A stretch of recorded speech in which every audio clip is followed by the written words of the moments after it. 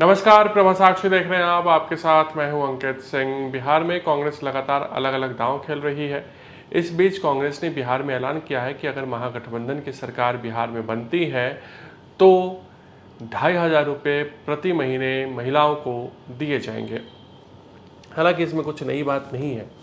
RJD भी पहले कह चुकी है कि वो 2,500 रुपये प्रति महिलाओं को बिहार में देगी। ऐसे में आप ये सोच रहे होंगे कि आज हम आपको ये न्यूज़ क्यों बता रहे हैं। तो ऐसा है बॉस कि बिहार में 2,500 रुपये वाला दांव तो आरजेडी और कांग्रेस की ओर से खेला जा चुका है। नीतीश कुमार जो है वो शुरू से कभी फ्री देने के पक्ष में नहीं रहे हैं। चाहे वो किसी मामले में हम देखें, इलेक्ट्रिसिटी के मामले में देखें, पानी के मामले में देखें, नीतीश सरकार कभी भी कोई चीज़ फ्री में देने के पक्ष में नहीं रही है। और यही कारण है कि अब तक फ्री में महिलाओं को जो मिलता है वहाँ 400 रुपये वृद्धा पेंशन के तहत या विधवा पेंशन के तहत उसको बढ़ाने की बात जो लगातार हो रही थी उस पर अभी भी बात बन नहीं पाई है। लेकिन कांग्रेस ने ऐलान कर दिया है, आरजेडी बहुत पहले ऐलान कर चुकी है। फिर सवाल ऐसा क्या है जो खटक रहा है। तो ऐसा है कि कांग्रेस ने ऐलान तो किया, कांग्रेस पूरी फौज बिहार में उतार चुकी है।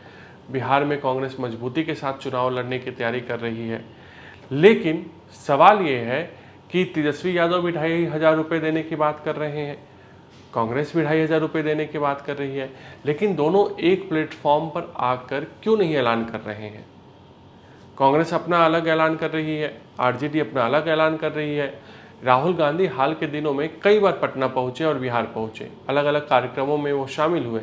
लेकिन तेजस्वी और राहुल गांधी एक साथ नहीं दिखे। एनडीए में जहां एकजुटता अब दिखाई देने लगी है, नीतीश कुमार के नाम पर मोहर लगनी शुरू हो गई है, लेकिन वहीं देखा जाए तो अभी भी कांग्रेस खुलकर ये बात कहने की स्थिति में नहीं है कि तेजस्वी यादव ही महागठबंधन के सीएम पद के दावेदार होंगे। तो कहीं ना कहीं महागठबंधन में जिस तरीके की चीज़ें सामने आ रही है वो उसके लिए चुनाव से पहले ठीक नहीं है। लेफ्ट का सबको पता है कि वो बिहार में सरकार में शामिल नहीं होती है। ऐसे में लेफ्ट को बहुत ज़्यादा इससे मतलब नहीं है। लेकिन कांग्रेस और आरजेडी के बीच तनातनी की स्थिति है, आप मानना होगा। और दूसरी चीज़ ये है कि कांग्रेस अपने पुराने वर्कर्स को साधने की कोशिश कर रही है, अपने पुराने वोट बैंक को साधने की कोशिश कर रही है।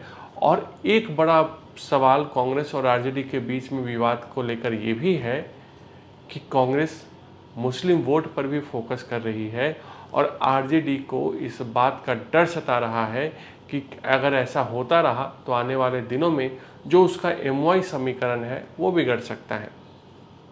हालांकि दोनों को गठबंधन में चुनाव लड़ना है ये लगभग तय है, लेकिन दोनों कब एक साथ सार्वजनिक तौर पर सामने आएंगे और ये कहेंगे कि हम इन मुद्दों पर चुनाव लड़ रहे हैं, ये हमारा कॉमन मिनिमम प्रोग्राम है, ये हमारा कॉमन एजेंडा है और हम इसी को आधार पर बिहार में लोगों से वोट मांगेंगे, वो फिलहाल कांग्रेस और आरजेडी के बीच होता दिखाई नहीं दे रहा है। जिस तरीके से राहुल गांधी हाल के दिनों में बिहार गए, कुछ विवाद हुआ, लेकिन तेजस्वी यादव खुलकर राहुल गांधी के समर्थन में भी नहीं आए।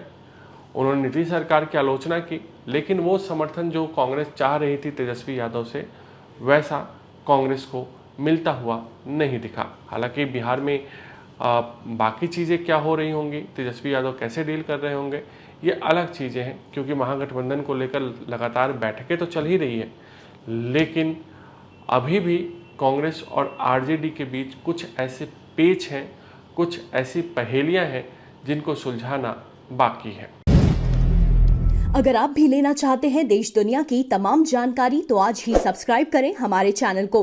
साथ ही नीचे दिए बेल आइकन को जरूर दबाएं ताकि हर अपडेट आप तक पहुंच सके।